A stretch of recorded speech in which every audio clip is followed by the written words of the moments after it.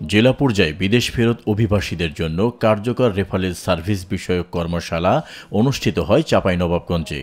বুধবার দুপুরে জেলা প্রশাসকের কার্যালয়ের সম্মেলন কক্ষে ব্র্যাকের improvement sustainable reintegration of Bangladeshi return migrants প্রত্যাশা 2 প্রকল্পের আওতায় এই কর্মশালা অনুষ্ঠিত হয়। বাসাবাড়ির কাজে দিয়েছে, ওখানে কাজ করতে লাগলো। হাজারো গল্প একই রকম।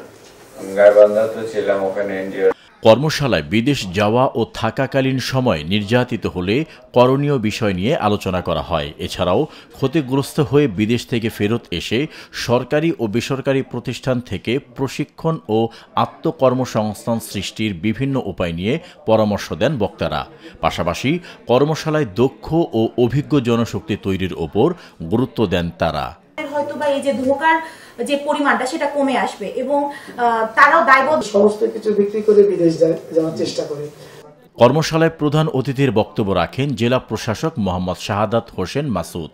এ সময় আরও উপস্থিত ছিলেন অতিরিক্ত জেলা প্রশাসক, অতিরিক্ত পুলিশ সুপার, জেলা প্রাণী সম্পদ কর্মকর্তা, চাঁপাইনবাবগঞ্জ কারিগর প্রশিক্ষণ কেন্দ্রের অধ্যক্ষ, জেলা মহিলা বিষয়ক কর্মকর্তা সহ বিভিন্ন সরকারি দপ্তরের কর্মকর্তা, বিদেশ ফেরত অভিবাসী, বিভিন্ন এনজিও ও ব্র্যাকের কর্মকর্তারা উপস্থিত ছিলেন। নিরপেক্ষ, সত্য প্রকাশে আপোষহীন।